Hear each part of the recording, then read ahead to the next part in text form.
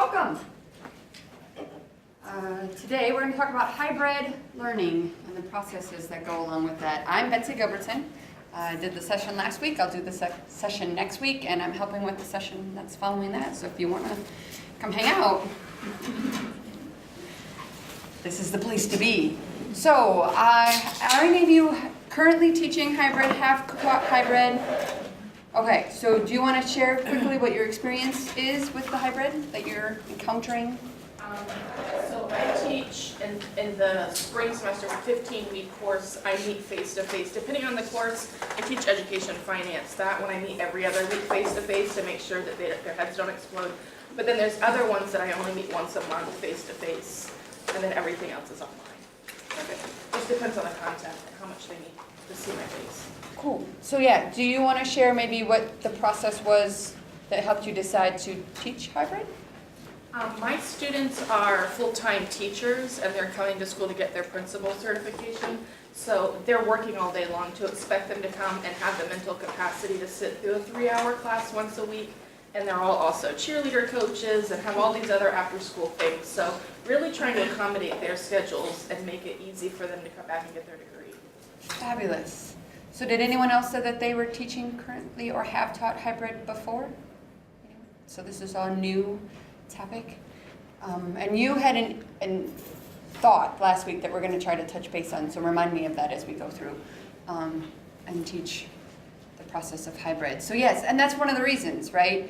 Web Enhanced Hybrid, the goal is to reach the students where they are at and to the best capacity we can to make sure it's a successful endeavor for them and for us. So there's really a lot of options. Now, one of the key pieces is we want to decide to do this, right? But we do need to work through with departments and make sure everything lines up with all the proper people and those kind of things. So make sure you go through the proper channels as you work through that process. The nice thing about hybrid is there's kind of two different options in being able to do this a little bit. So the first thing I'm going to touch base on is a page that's also going to be in our full online class that we take. Now again, we're going to try to do the back channel just like we did last time. So if you can get into this page and click on this link, you are welcome to participate in the back channel conversation that will happen. Paul will be helping manage that again. So that's just kind of nice to be able to share other thoughts as we go through and do this. So there's a couple different thoughts. There's hybrid blended is the other term that's nationally, internationally recognized. So if you hear that term as well, if there's any articles, any other colleagues that you're working with from other universities that mention that, that is the equivalent of a hybrid. They're kind of the same terminology. One of the videos we're going to show is that this kind of can take on what we call a flipped classroom model. How many of you are familiar with what flipped means? Have any of you implemented the flipped model a little bit? Okay, so what flipped means is that what we would normally do in a lecture, right? I stand up here and I talk. I'm going to then push that out to the students to do in their own time. They're now watching a video about my content or reading something or doing some research that they would normally do. That is done outside of the class. And then the projects, the homework, the activities happen inside class where they would normally be doing that on their own. We're now doing it where I can guide them and help them and make sure they're going through those processes correctly. So that's kind of, the hybrid helps manage that flipped classroom, right?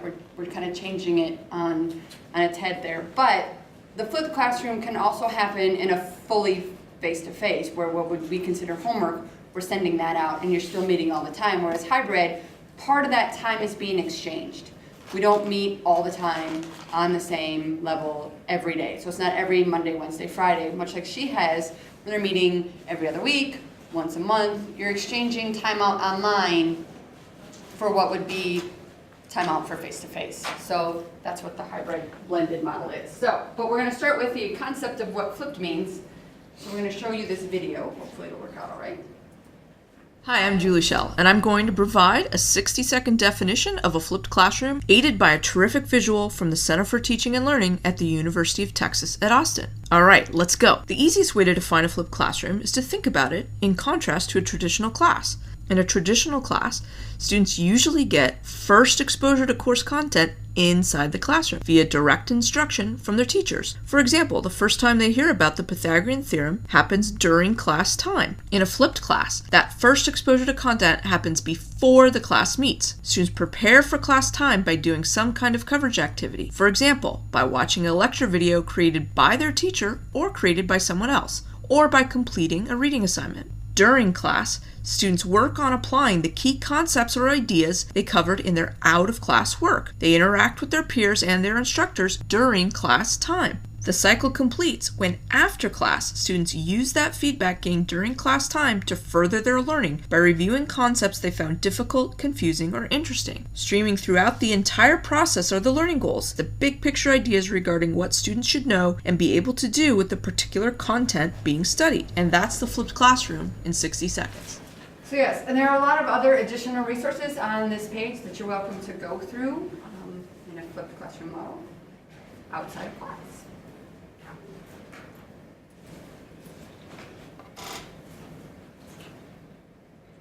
Okay, so in that video, they talked about whether you go ahead and create your own video, your own content, putting that information out there for your students. Something that would normally be, like we said, a lecture. So you're creating something like a mini lecture to put out to your students. So we want to talk a little bit about what those are and how that happens. So we have a page for creating your own content. And there's different options out here. Of things that you can utilize to create content. You can use iBooks to author your own very own version of a textbook for information that goes out. One of the things we're going to cover for you today is creating your own video. Now, if there's something out there, we're going to talk about that a little bit too. You don't have to reinvent the wheel, but a lot of times we have our own spin. That's the reason that we're teaching, right? We love what we do. We have what we want to share. And so we want to be able to share those little pieces of knowledge and information. And it's really easy to do a small recording and be able to send that out to your students. So again, they get that content outside of class during their outside class flipped classroom model. So Paul is going to demonstrate for us how to easily do a Panopto video right inside the Canvas course. So I'm going to let Paul do that. All right, so we're going to do this live. I didn't want to cheat by preloading it, because of course integrating Panopto with your course is so easy that you can do it in a couple mouse clicks. So as you can see right now, we don't have Panopto over here on the left in our menu options, so we'd like to add it. So we come down here into the settings for our course, which is all the way down at the bottom on the left. And when we come into our settings, it'll show you we go into navigation up here at the top. And it's going to show you all of the different stuff that's over on the left. So this is where you would come into your Canvas course if you wanted to remove or add pieces of content. And one of the pieces of content that's available is Panopto. So we could either just drag this up into our course and put it where we'd like, or we can come in here and click enable. Either one will work. The only thing we have to make sure we do is hit the save button. So now that we've done that, over here on the left we have an option for Panopto recordings. Click that, it's going to load Panopto. Now the Panopto at Auburn is cloud hosted, and because you're a faculty at Auburn, your ID is already set up for using Panopto. In the event that you do want to get some setup instructions or have any issues though,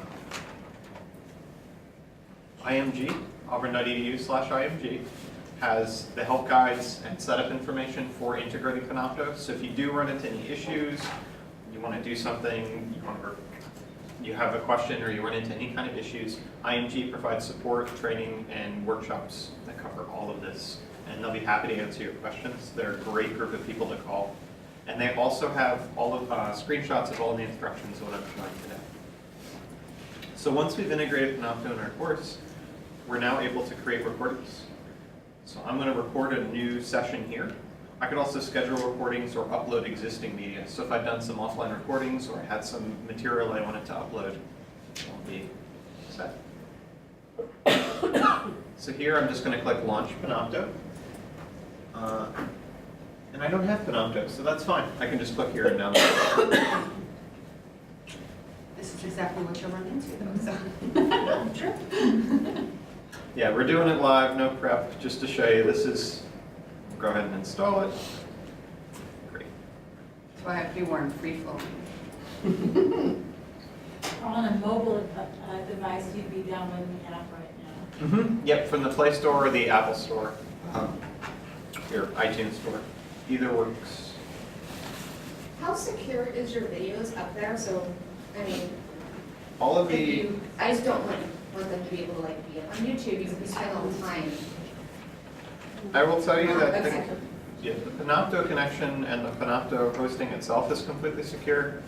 If a student reposted your video, you'd have to send a copyright claim to them if for some reason they recorded it off your screen or something. Some crazy thing, yeah. Yeah. So they'd have to go through.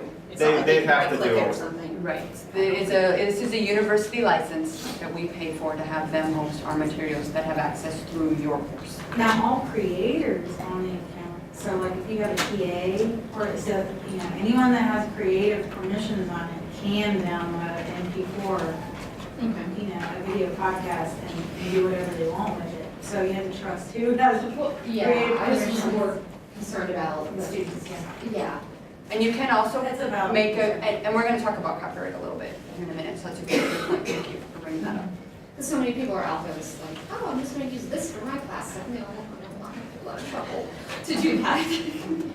Well, the greatest thing about that is they will not, still won't be able to talk intelligently about it because they didn't do the work to know it. So eventually we'll show them out. Now, if you're done like me and you keep typing your username in there and it doesn't work, eventually you realize, because you're much smarter than me, that you should click the sign in with Auburn button that's sitting right there at the top. We were having a discussion, we didn't know this. And that'll let you sign into Panopto. So we've got Panopto up and running. Now this is going into our working folder. Your courses will have working folders, but you can change this if you'd like. So if we wanted to save it somewhere else, for example, you have multiple courses and you want to record it into one courses folder but not another, you can change all of that.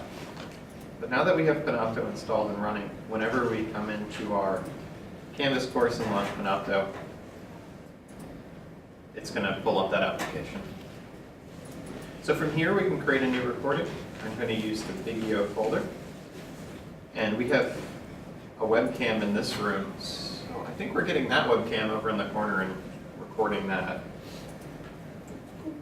But whatever camera you had, if you were using your computer's built-in camera, you'd be able to choose that. It'll also capture your PowerPoints. So if we have a PowerPoint presentation open and running, it's going to include that in the recording. Or you can choose screen capture as well, so the students will have the option of seeing what's going on a computer screen. You can add other source videos if you have them as well. And then once we have all this, we just hit record. So what this is doing now, it's going to connect to the server and it's going to live record what's going on my screen and the cameras that I've chosen.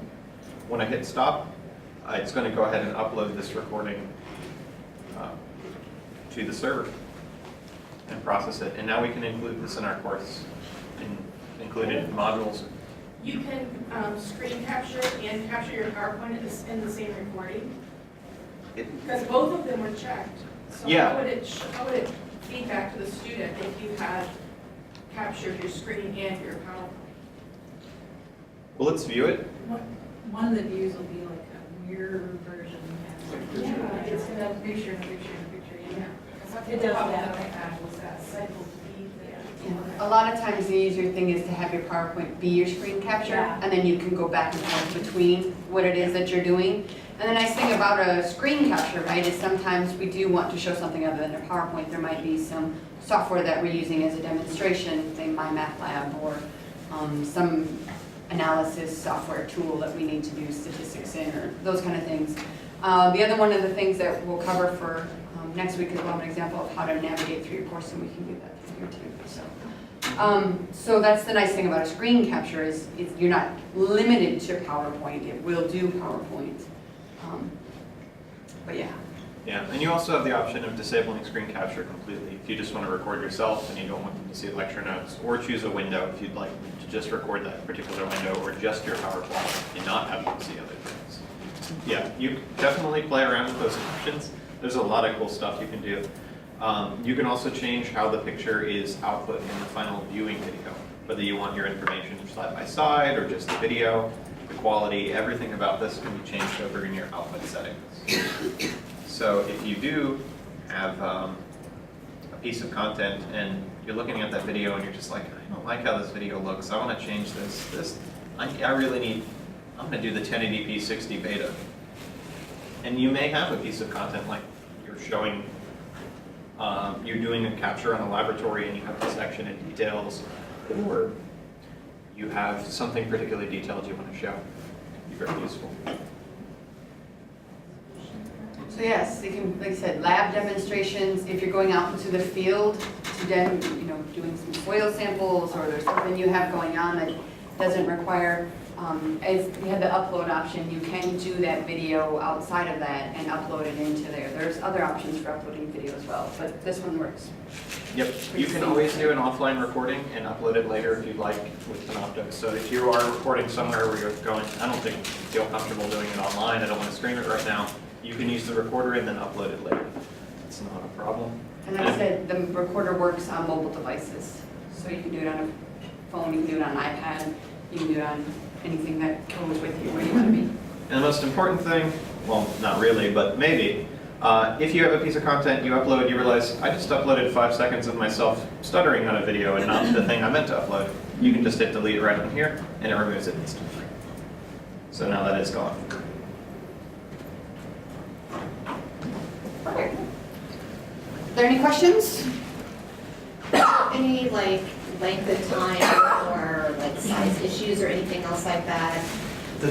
There's not. There are groups that do this as a lecture recording and can go up to an hour. However, we highly recommend that you don't do that. The best practices for using video is the shorter the segments, the better. First off, they've just done a lot of research in that about how we process information, and it's getting shorter and shorter. Just because of how people use mobile courses, one of the best things you can do is try and chunk that content. So if you have a lecture that could be, it's 3 parts really, and you can break it into like a 10-minute section and then have an activity in your course that the student does, and then another 10-minute video. I mean, obviously not everything breaks that cleanly. Well, I'm just thinking about in my labs, like I'd like to be able to slowly like integrate some online, and so I was thinking about possibly, because I demo already in them, so I was thinking if I could do recordings and people who are still having issues later on, or say they were sick or whatever, they could go back and use it. But sometimes the actual demo that I'm doing, well, if I did it not in class, would probably be closer to 30 minutes because I'm in apparel, so we're like I'm demo drafting or something. So. Right, and that's okay. I mean, if that's what the process is, that's what the process is. Okay. And especially if that's what they need to learn to get there, right? That means that they can stop. they can stop. They can go get their coffee. Stop, They can, pause, rewind. Yeah. What is she doing again, right, or something like that. Okay. And that's actually the great thing about doing video for that kind of content. If it's something that you want them to go back, I want you to go back and rewatch it till you get it, then the video of that kind of content can be really helpful. Yeah, because we've been trying to figure out how to integrate it, and it's hard because we do a lot of lab, so it's a lot more hands-on. right. But if your instructor isn't in the class, it seems like they're so media anyways. Right. That it'd be nice if I had integrated some videos or something like that, and they can go back and hopefully learn it better, but not use it to the point that that means you don't come to class. Right. There, But I worked people do it. closely People have to do it. at one point with a training specialist that were in like a kinesiology type of office, and they had to demonstrate how to properly wrap, tape, Right. do injuries, right? So they did it in class, but once they left, they had to go out to these schools as part of their internships and actually do this. And so what they did is they had them all lined up in the course so that when they were in a panic and worried that they were going to inappropriately tape up some kid's leg and do damage, they had that as a reference. And they used it all the time, and it was fabulous. And so like you said, you're still getting that in-class time and that guidance from you, but you could be prepped before they come to class. Like, okay, this is today's class, hybrid, right? So Tuesday, your job is to watch all these videos and be prepped and ready to come manage your way through this process. And then in class, you're working through that process with them as they've actually seen it. And then again, when they leave, okay, now when you work on this as a project on your own, go view the video with whatever questions you have. The nice thing is they can go to that point, right? So let's say it's an equation, and they're working through this process and they can't understand that part of the equation. They can go back and watch that over and over and over, or you can upload it in a couple different ways. Okay, maybe they don't understand it in this terminology, so I'm going to reframe that a little bit this way, and then you have a couple different options instead of I just quickly went over it, wrote it on the board, and now I'm gone. And they're going, what? I don't understand. Because that would be me when it comes to equations, just me. So, so that's a very good point. You're right. The research generally is 7 to 10 minutes. They're starting new research that's starting to be 3 to 5 minutes, right?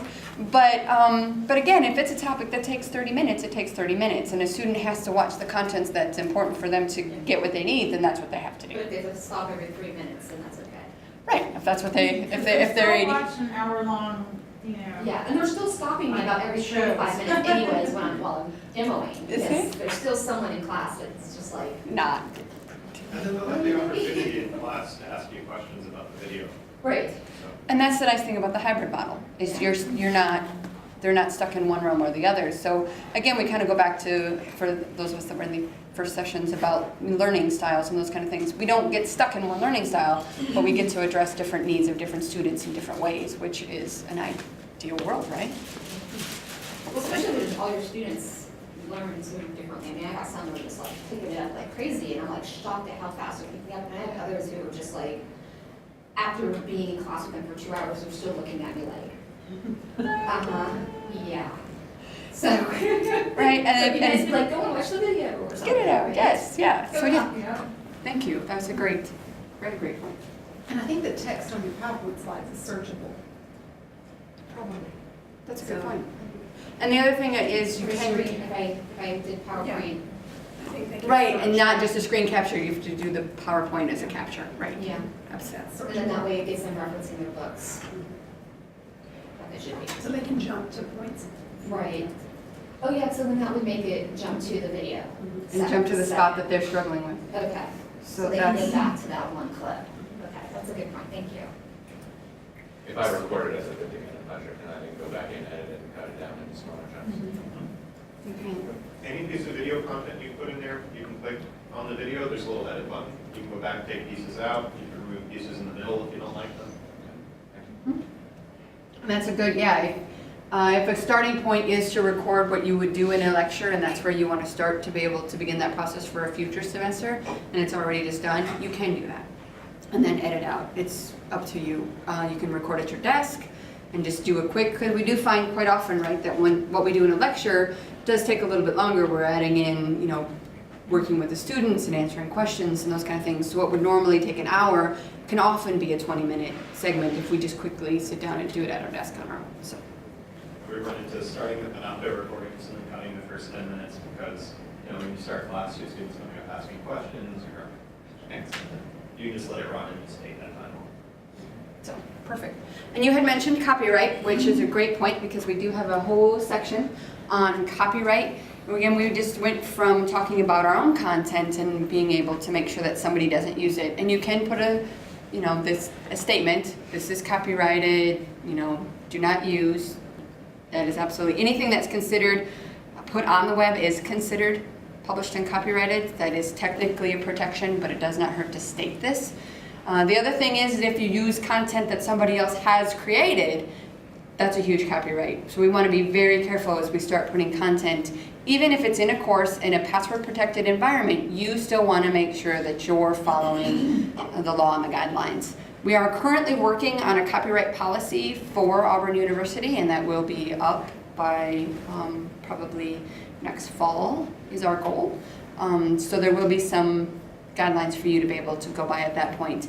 However, the easiest thing to do is always fault on the side of being very conscious of it. Anything you do, get permission if it's a video, and ask, and you want that in writing, in a text, or not a text, in an email, in a fax, in a written letter, that you have a documentation that said it's okay to use this video.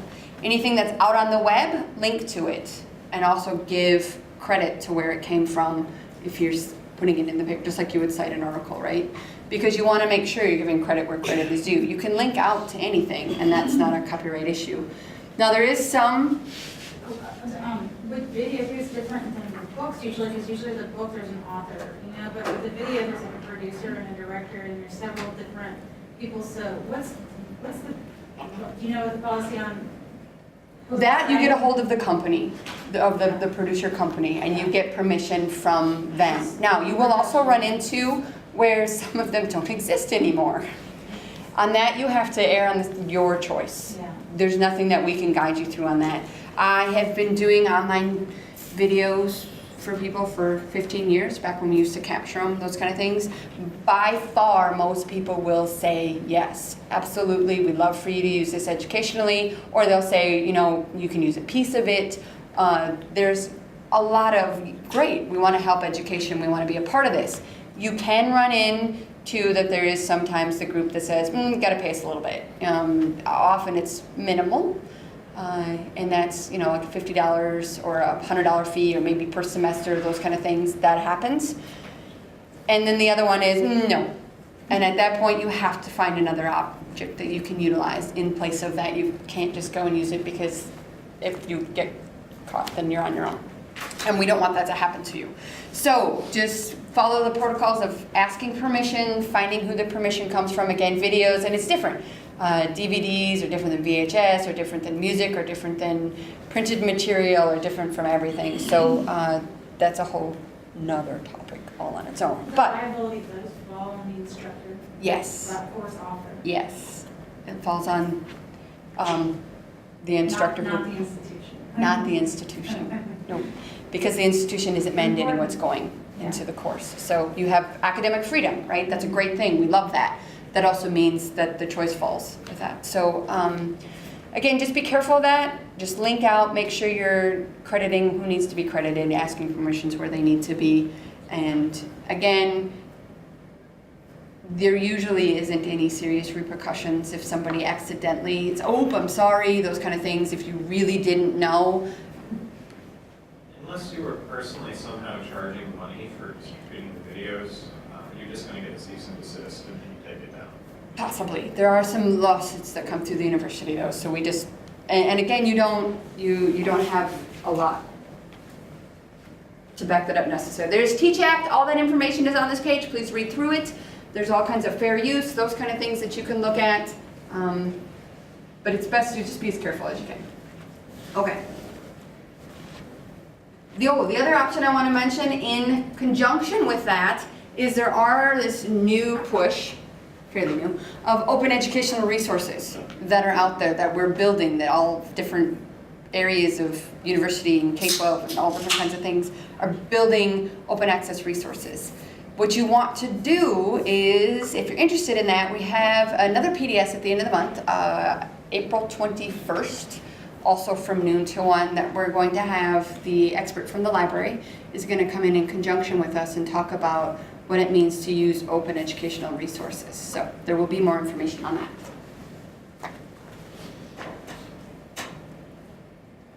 Okay, so moving on from those topics.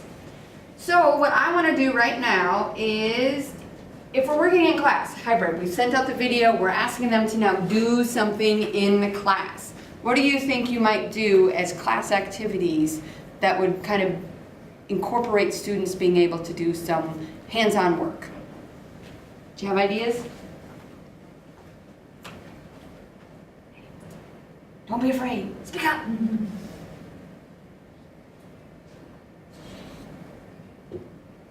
Maybe like soil chemistry experiment. Okay, so experiments.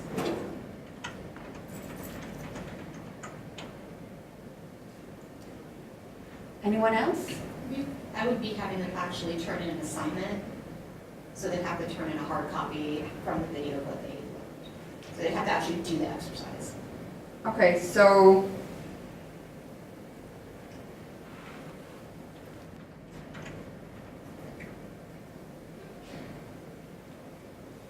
Like a lab report. Well, Kinda. we do apparel, so I would want them to actually, like, if I demoed how to draft a pant, then you would need to draft the Assess pant it, yeah. and turn it in, so that, for grading for the assignment. okay. Anything else that you would want them to do in class that they would maybe have done as homework to kind of start to build an active space in the classroom? Discuss a case study or role play? Okay.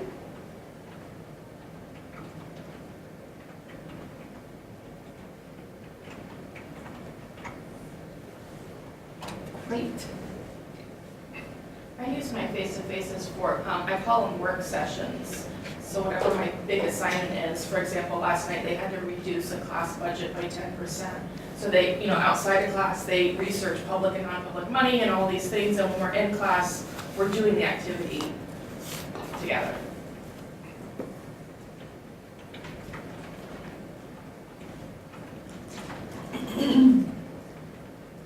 And on that note, are they doing it as a group?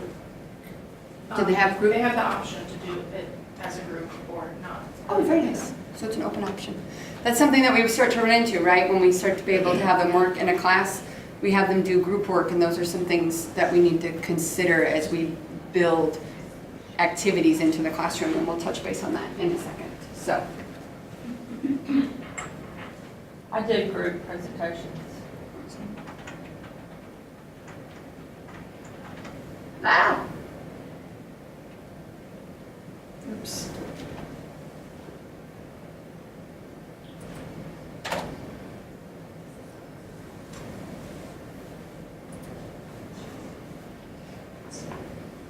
Group presentations, very good. We'll talk about that in just a second then a little bit.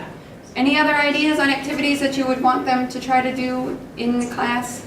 Student teaching. Student teaching? Perfect.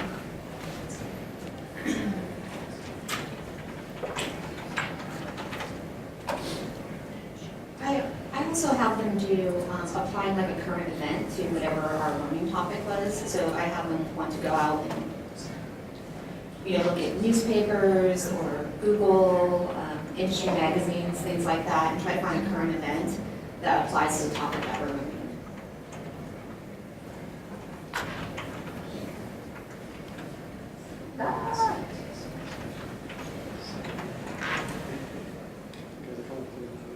Fabulous. And of course, what we're doing right now is brainstorming, right?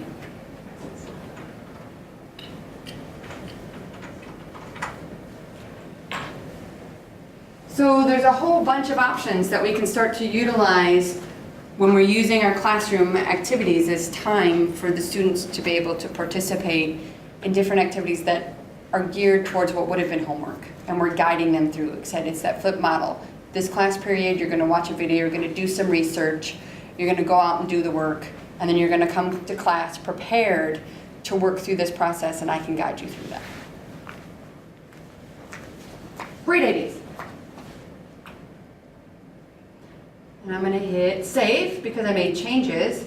And now right here in our class, we have lots of ideas that when you go in and look at the class online, your ideas are now all on this page. And if I wanted to, I could go post a discussion and have you guys talk about your different ideas and some of the different examples that you shared and talk back and forth about that whole process. And that could be part of that out of class. That's your assignment for Thursday because we won't be meeting.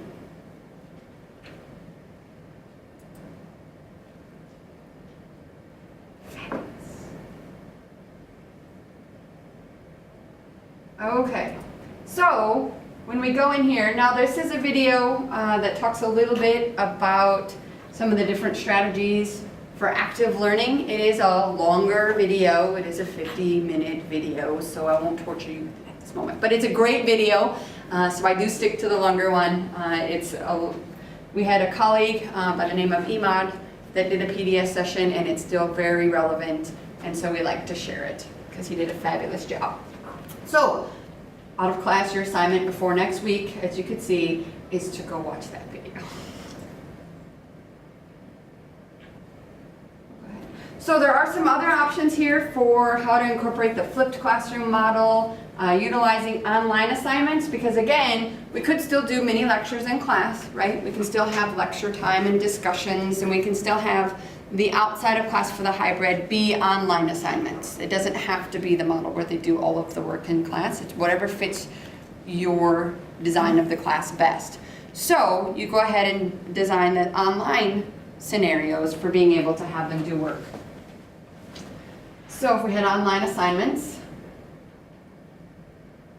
you can still do many of the things that you would do in the face-to-face class because we have so many wonderful technologies available. We could do the group presentations where they have to put together a PowerPoint and it has to be out there. There are simulations that they can go through. There's some software that we talked about last time where they're doing the branch from birth to life and they have to make decisions. And so there's all kinds of technology that we can utilize that make them do what would be in class. And we had talked about this, you can do that outside of class, online.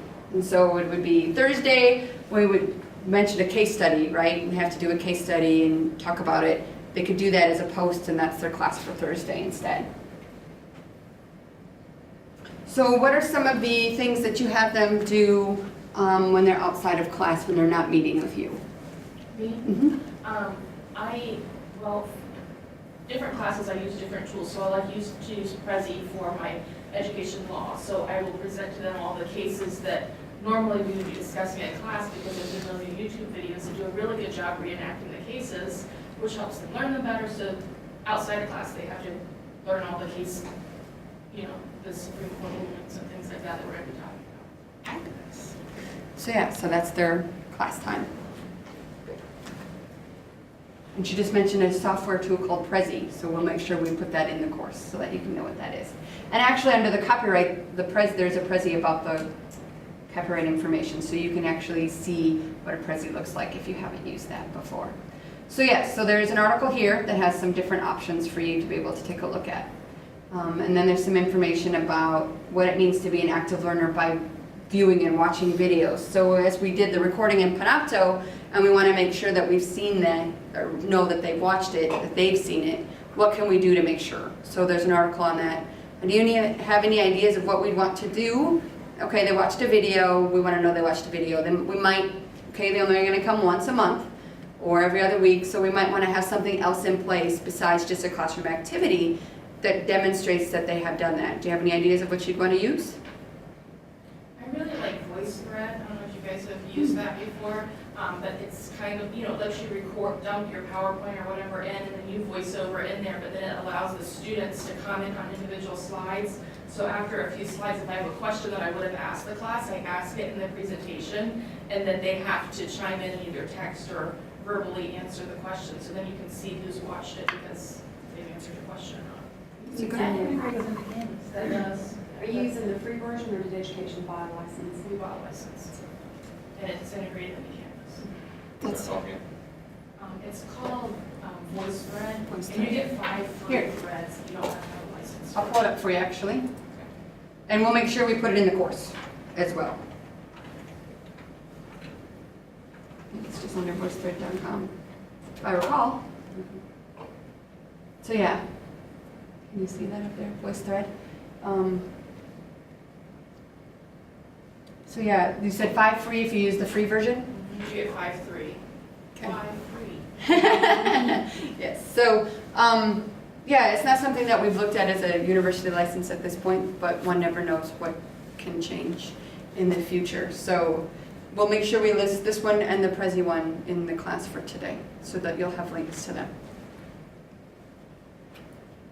So yeah, there's simple things that you can do. You could have them write a quick summary on it. You could have them take a couple question quiz. You could have them post to a discussion board. You can have those different options that are available there. There's lots of different things that you can have them do that just give a quick little sample that they've done that part of the work. Can I throw out one more that's free? Absolutely. Tweets. I have them tweet. Like I'll start a handle of whatever the topic is, and then they have to tweet their response, so that I know that they watched it or did it. Nice. Yeah, that's free. Do they make an account for that? Or is it, okay. They do for all of those, so. That's one thing to consider when you're incorporating these is, well, Prezi loads right into the, so yes, but some of them, if they're outside of it, if you're requiring students to create accounts, you just want to be aware that you're asking them to go out and do that.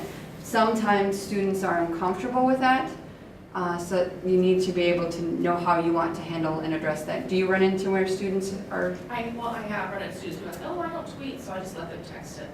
And they'll text instead. Yes, having an alternative backup plan is always good.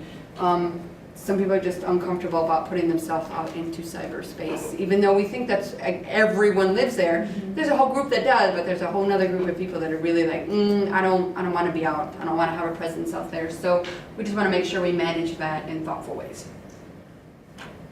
Okay, so what I want you guys to do real quick at this moment is I have a Padlet assignment for you. This is software I haven't used yet, so really excited. Padlet is simply, how many of you are familiar with the theory of what a gallery walk is in your classes? Perfect. Do you want to explain what a gallery walk is for me? Yeah, doing this like exercise, and the class will be classified into groups, and each group will do their answer, whatever, or solve problem, and then post it or write it down on a board. And then all the groups start walking around the room. So each group will walk and see the answer of other groups. And then you can like mark a star for the answer which is unique or you like the most. And then we can see which board has more stars. Yeah, something like that. Perfect, yeah. So you shared, different groups share different thoughts about a topic, and then they get to go around and make different comments about the different thoughts, agree, disagree, have a new idea, you know, we all had the same idea, these kind of things. So what Padlet is, basically, is an online version of being able to do a gallery walk. It's kind of like little post-it, stick-it notes that you can put out there. And so I made one, really exciting. So under, if you're inside the course, if you go under the modules, there is the page for the Padlet assignment, and you'll click on that, and down here we're having a brainstorming session.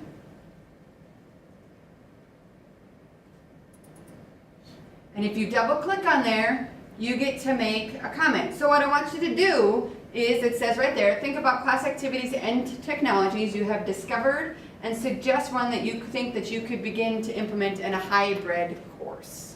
And then I also want you to post next to somebody else's thoughts when they have a post, and you can double click next to that post, because you can move them around.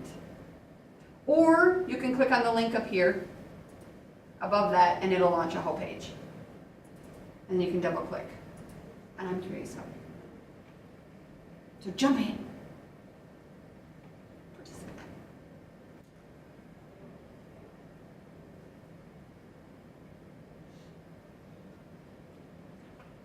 Okay. That's actually pretty cool. I'm glad it worked out. There are some faculty members that have been using this and had great success. The students really enjoyed it. They just jumped in, they shared, and they posted, and they had all kinds of great ideas, and they had all these whirlwinds of brainstorm things that were going on.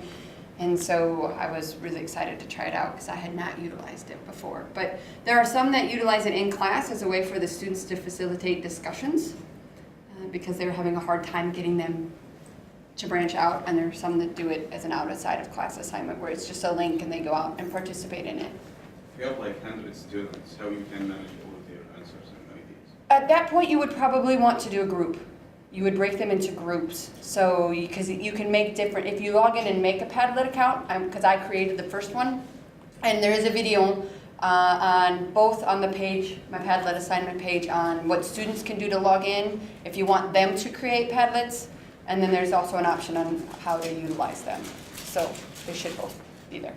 And then what you could do is you can create different ones, title them differently, because you can go in and name them. Because I named mine an AU topic, right? So they'll give you a generic name, or you can rename it. And then you assign the different links to the different Padlets to different groups. So you could break that down into smaller groups. So it could be groups of 10. In which it's manageable for them to be able to kind of see what's going on all over the page, and for you to be able to manage what's going on the page. So that would be the best way to do that. And if it's something where the students are having a conversation that's most importantly back and forth, and you don't, you just want to see that they're participating, then it's a little easier for you to manage all those groups as well. Depends on how much input you need to be able to be in there for that. So how many students you have. So, okay, so she left as we're talking about group work. But, so things that we want to talk about real quick before we get to the end is right when we're doing some of this stuff inside class, we might have group work projects. We're going to talk next week a little bit about Google Docs and wiki pages and those kind of things. So we're going to talk about what it means to get into group work. But that's kind of a sticky situation, right? We can run into how do we group them, we run into what size the groups need to be, and how to make sure that the students are fully participating. You know, there's always the slacker and then the leader, right? And then there's people in between. So besides Artificial Thought Live, is there anyone else who's doing group work in their sessions at the moment in your classes?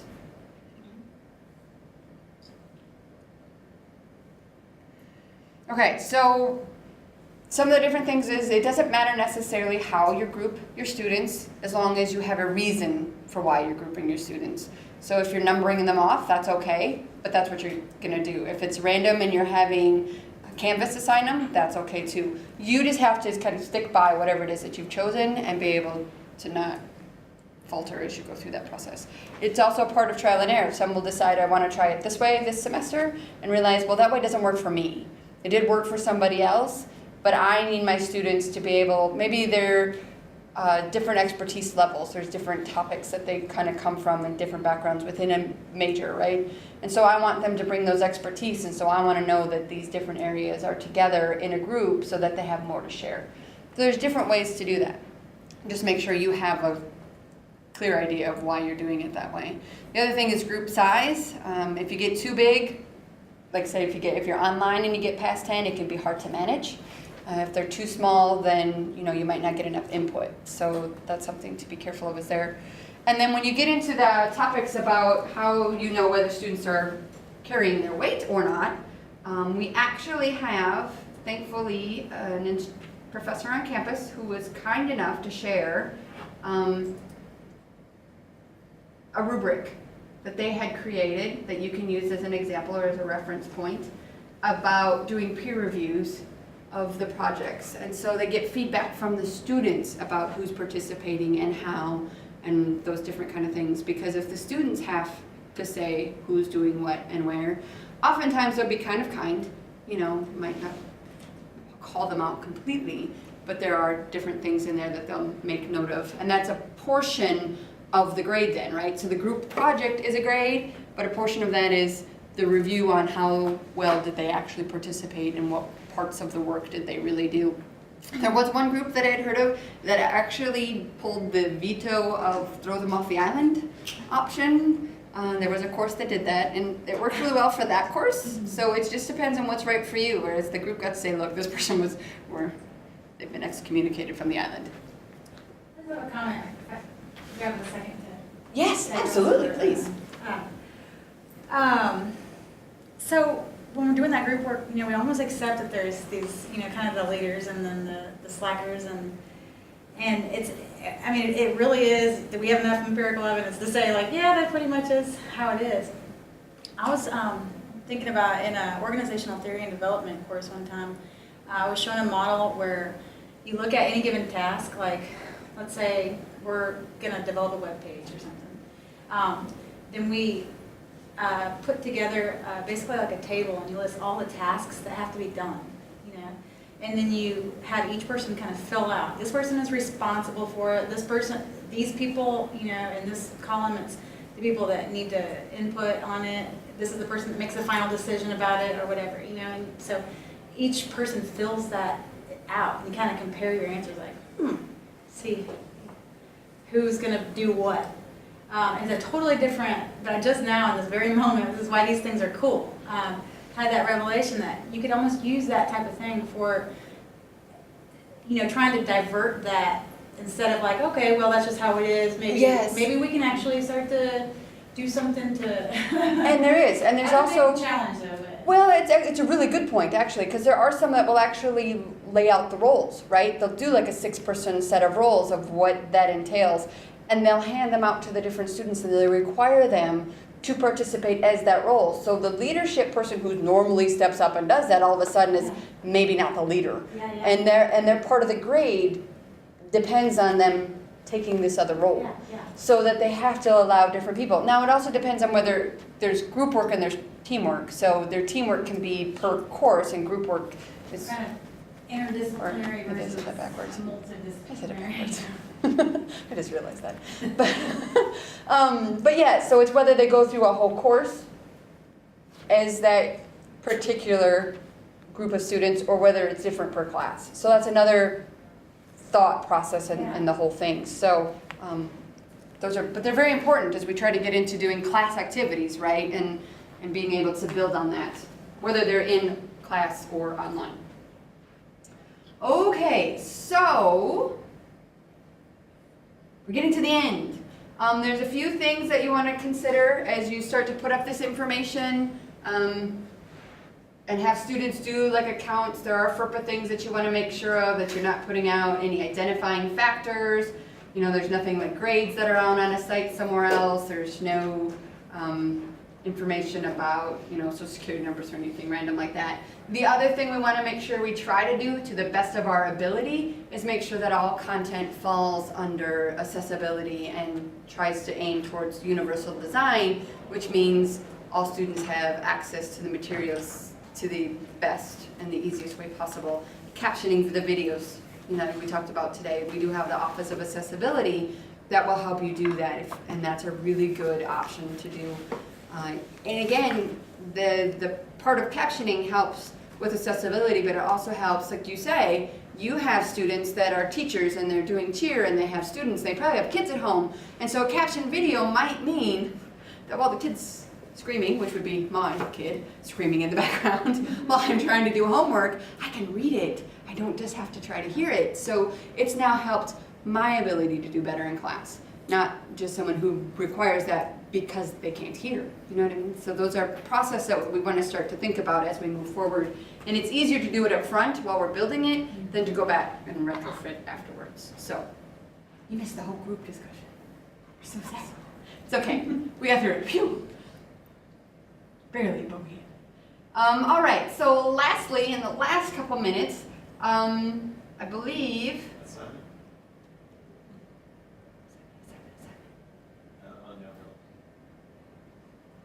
Awesome, thank you. Under the assignments, we have so thoughtfully, this one right here? Yep. Qualtrics survey, the one at the top. It is a survey for the session for today. If you will take a moment to fill that survey out, if you can, while you're here. Otherwise, it will be there after you leave, because of course it's online. So if you'll be so kind, that is the feedback survey for today's session.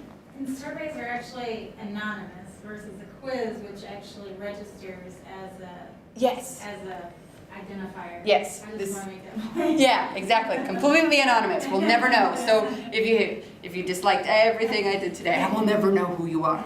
But it's all right. So if you'll do that. Are there any questions while you do that, though? I had a curious question. If you're using Panopto, just because I'm like a graduate student, so are you able to take your videos with you? Or are they university property? You can download them, you can get them out of Panopto. Yes. Now, let's say this. There is usually a uniform consensus. It means that the university, as an entity of the university, could still utilize those as examples or references if they want to, but you also have, as a creator, the ability to download and take them as your material. Yes. So it's a twofold. And the outward faculty, and that's why I like to encourage them for that reason, you know, to do videos. And as a reminder, like, hey, by the way, when you leave here, like, think about this as, you know, your video portfolio. Right. Even better, I mean, not saying, of course, you're going to be at Auburn forever. I'm just saying, you know. Do make sure you download a personal copy, though, for those materials you want to keep, just because if you leave Auburn, you may not be able to log in to edit Yeah, that exactly, video. exactly. You need to Right, get, you need to get it off the server. because it takes a Auburn license to get into the Panopto. So to do Well, couldn't that. it with like on Canvas with quizzes and things like that, you Don't worry. I can export the whole. yeah, it just doesn't really. It doesn't import into something else for a while. No, but you can export stuff from the Auburn instance of Canvas, and you can Import back into another Canvas. into Oh, the free or- Canvas. the free Or Canvas. even other learning management systems. Usually there's an export. And a cross-platform, but the free one is a great So idea. if you want to keep like a portfolio essentially of Right. something that you've done here, you wouldn't necessarily be able to use it at another institution, but you would have it intact. As an example of Yeah. something you've done. And if it was, unless it was video heavy, you know, it's not have to have Yeah, then you just connect. put your videos on YouTube or something. Right, but that's a great point. I'm gonna stop my students from videoing me already and putting them on YouTube. That's already been happening. That just means you're doing a great job. Yeah. So, yes, all You right. just have to get used to being famous. You I know? Fabulous. Well, thank you for coming. I hope this was useful, and I hope to see many of you next week for the fully online if you're gearing up to do that as well. If not, be sure to come see me whenever you need to. Can I ask you a couple questions? Absolutely. First, is a university-owned thing, Scopia is not? Yes. It is now, yes, it was ag originally. It was ag originally, now it's Do university. you know, are you able? I mean, it's licensed, Yeah. Right. Using Scopia, can you break into small groups, like little breakout sessions of Scopia? If you're doing- Like make subrooms? Yeah. You might be like in a classroom, could you make sub-classrooms? Okay, That's almost good. I'm gonna throw someone under the bus at this moment. And his name is Rusty Presley. And he is the absolute bar none expert on Scopia. And you can tell him that I threw him under the bus. Okay. And say, Betsy said, I need to ask you, but he's very nice about doing that and to say, yes, so he will be able to tell you if that can be done. And the So, other question about creating your own content, has anyone used Top Hat? Or have you heard of them? we have. They've been contacting me and I'm like, I Don't don't know use- who you are and I don't Well, understand. it's been discouraged to use They're gonna be on because, campus. because what you end up signing isn't necessarily what it is that you get, and there's been some, Well, you're not, faculty aren't allowed to sign contracts anyway. right, Right. so just, I would avoid them. They're gonna be on campus here for a whole week. Like they called me and emailed and said, I'm gonna be at your campus for this week, next week. When can I come in and talk to you about it? I wonder who they're doing that through. They've tried this a couple different times though, Yeah, so, they're trying to get in the back door. Okay, so I would avoid them. that's good. That's what I asked. That's a very, very good question. Are there any others? Well, I hope you enjoyed lunch. It's great, thank you.